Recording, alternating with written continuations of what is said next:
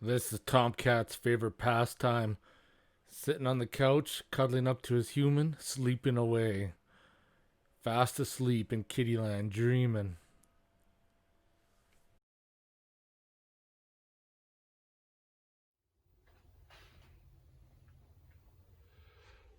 Well, good everybody, welcome to another video. Now we're gonna adjust the pinion angle on the rear differential. This is gonna be quite the fun little challenge because over all the years, all the rust, all the corrosion is probably gonna make this a nightmare. So let's see how far down the rabbit hole this is gonna take us. This is not perfect, but I'm probably about, I don't know, 16, 17 degrees roughly. So the drive shaft, I am about 29 degrees. So in the end, I'm probably gonna have to meet up in the middle, about 25 degrees, my guess is, to get that lined up. See if the little 3/8 Milwaukee can bust that free. Oh, other way perhaps.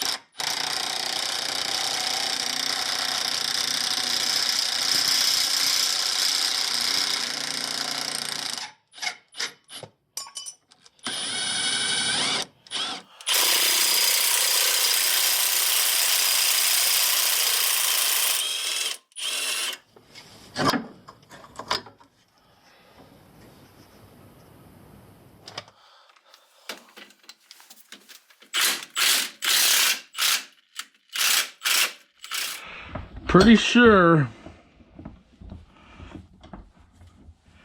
years ago I put anti-seize on that. All right, got the Saskatchewan all 16ths here. Let's see if we can. Holy shit, mother of God. I don't think this fucking turd is. There we go. Hey, coming now, aren't you? Need to see if I can bust that jam nut free. Oh yeah, she'll come. She's coming. I'm gonna spin this whole rod out. That's what I'm gonna do.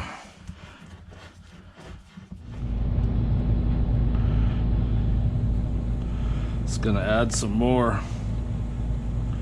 You don't need to get too crazy.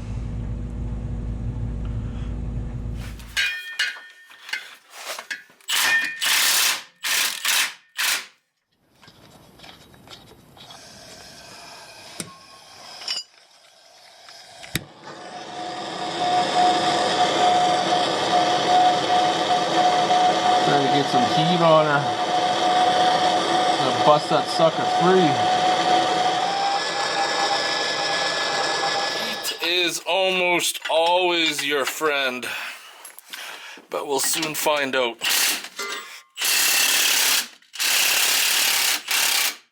Yeah, we're free now.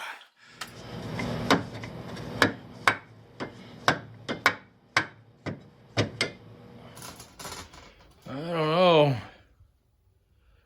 That doesn't look too good to me. Nice surprise here is that this one here was not even close to being seized at all. Came loose by hand. So that made it very nice.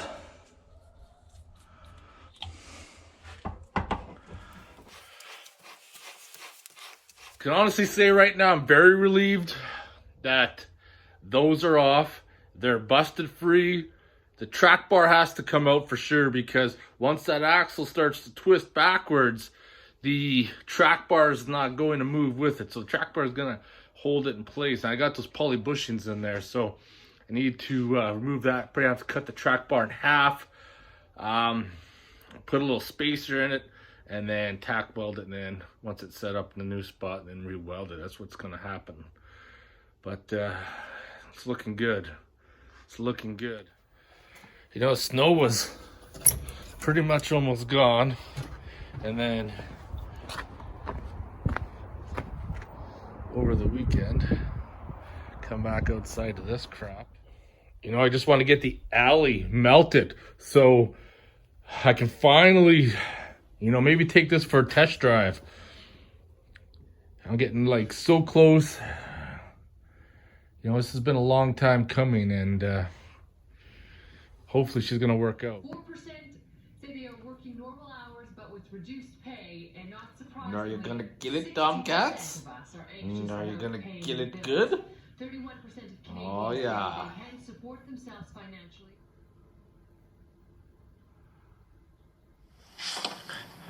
Alright, next thing I need to do is start pulling that track bar out, but you can see these bolts are probably not going to be our friend. So this is the reality that you have to face. Milwaukee's too big. This Aircat really small. Doesn't have enough juice. I got the wrench butted up against the frame. And this is what I am resorting to doing. Get on there. Is by hand. Trying to bust that free. Finally got her. That did not want to come out at all. Pull that out of there for right now. There's some aftermarket bushings added a few years ago. So now theoretically, upper control arms are out, bottom ones are loose, track bar is gone. I should be able to jack that up from the bottom of the diff and hopefully rotate it. Now I only got a quarter of it there.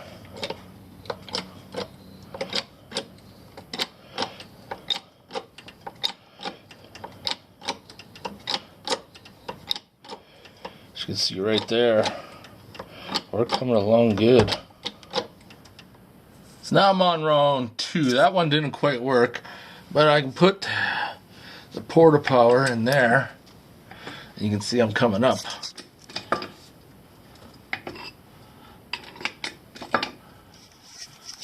So I said it was going to be roughly about 25 degrees. I think that's right where I am. Now I'm coming down, just as so. Back on this side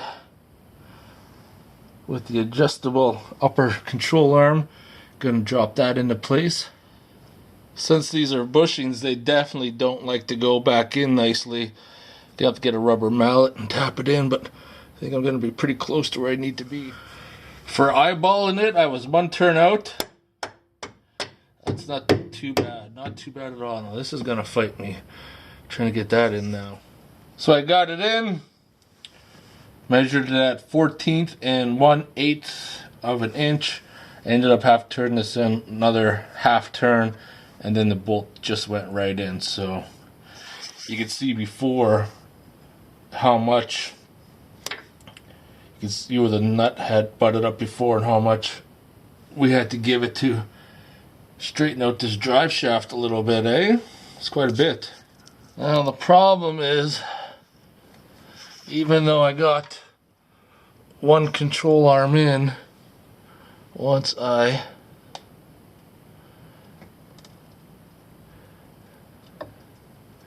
you picking up what I'm laying down? It's tweaking itself back. Tomcats, I noticed with that stuff, you don't make a mess all over the place. You got a little bit there I gotta clean up afterwards, but you've been pretty good with this stuff. The cuts and gravy. Man, you just shovel that out wherever, Tomcats. Tomcats, was that good? You seem to be chowing it down. That looks way better. Once I got the control arms in, you can see how much difference they are now from before. Probably dropped down about 1 degree, but I'm not too concerned about that. Pick that jam nut up.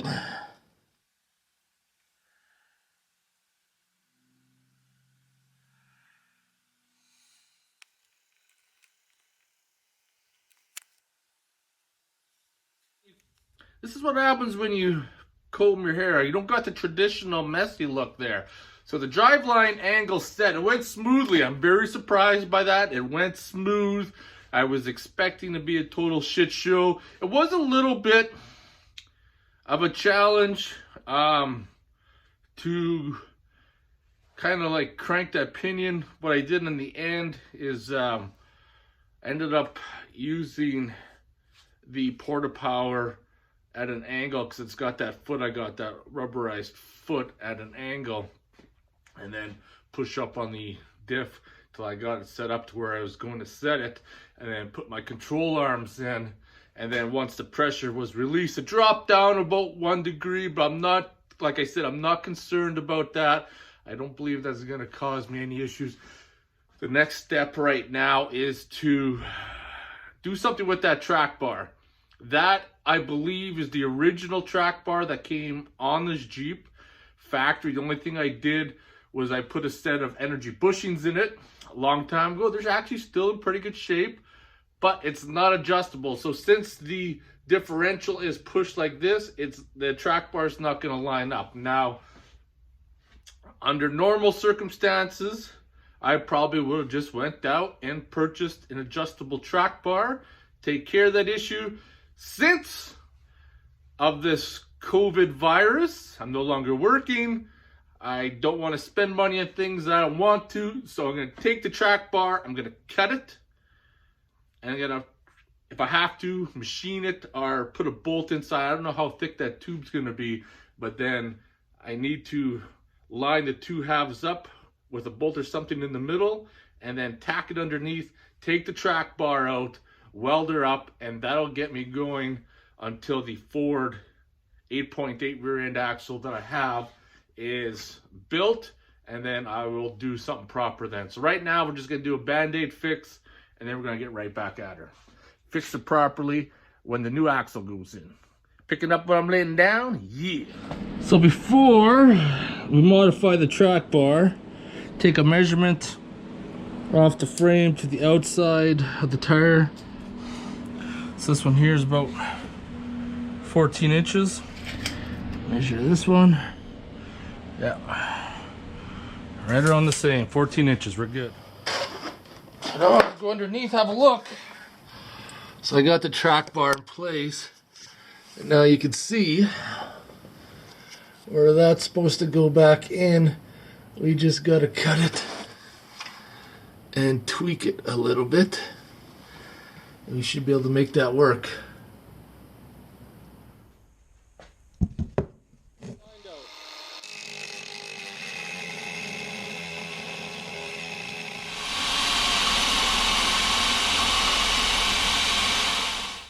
Alright, so now it's all up to interpretation now. I drilled the holes because I want to put a 1/4 inch bolt in there loosely, kind of help line it up before I weld it and make it a little bit more easier. Then I beveled the fuck out of it so I can get a couple passes in there. And then finally, I got this pipe and I'm going to put over top and weld it because this is solid. It's going to be the weakest link right there. So over time, it could weld to weaken up and bust. But with this pipe welded in place, plus it's a little bit bigger to compensate for any misalignment, I think that'll work. Let's fit it up. Safety first. So I got the track bar butted up loosely. I don't know if you can see from that angle as well. Just gotta tack that up.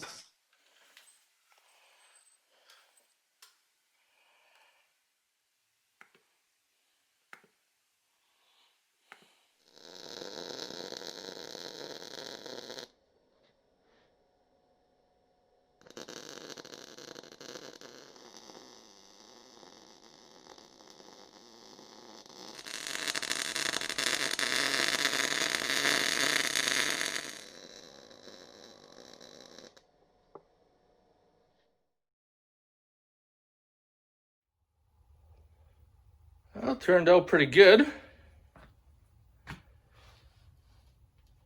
Big question is, now that I welded it, how much warpage was there that will make it hard to get her back in? We're about to find out. Underneath, got the exhaust bolted back on.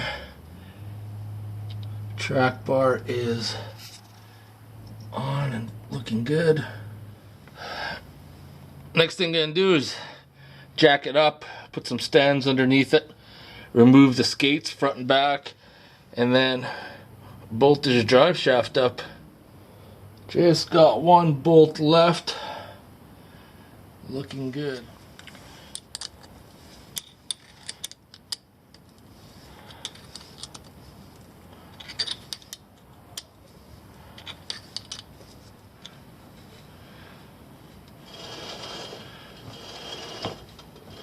This is the time to roll it over by hand. Make sure there's no binding, and it seems to rotate really smooth. Jeep is on jack stands. Car skates are on the ground there. Long time ago when I got this toolbox, I never really used this little shelf, and I thought it'd be kind of foolish. But now, it's actually come in handy for something. I think it's time to start this thing up and let it turn the wheels by itself. Let's fire this thing up. It's been sitting for a few days.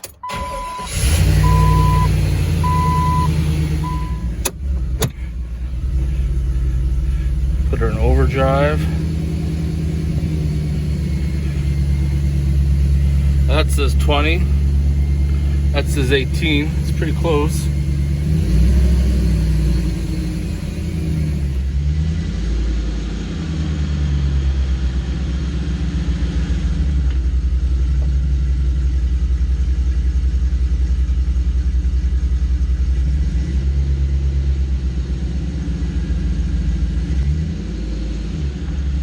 Alright, motherfucking beer time. What do we got left here? Good old Pilsner right there. Alright, do you know what time it is? Motherfucking beer time. Good old Pilsner. It's raining outside right now. Cheers, everybody. Made some good progress in this video. Drive shaft's connected. Driveline pinion angle is corrected. Suspension is adjusted. Track bar has been modified to work. Getting closer. I'm hoping possibly next week all the snow in the back alley should be gone and be able to take her out for a rip. That's what the plan is. Fuck, it's been a long time coming. It'd be nice to be able to take this out on the road and just fucking hammer down. Blow that Dana 35 right out the back. Actually, I think the Dana 35 should be alright. Not for the LS swap, but for testing. I mean, realistically, what breaks in the Dana 35? Snap your axles, or the carrier itself breaks, right? I have the upgraded alloy axles, which makes it a little bit stronger, and I have the Detroit True Track differential, so those factory parts are gone. So my Dana 5 is essentially quite a bit stronger than what the factory one is. But it all comes down. You can bust anything. It all comes down to common sense. If you're gonna go full retard, of course you're gonna fucking bust shit. That's just the way it is. Think before you pedal down. Anyways, motherfucking beer time. I want to thank you guys for watching, and I'll see you guys in the next video.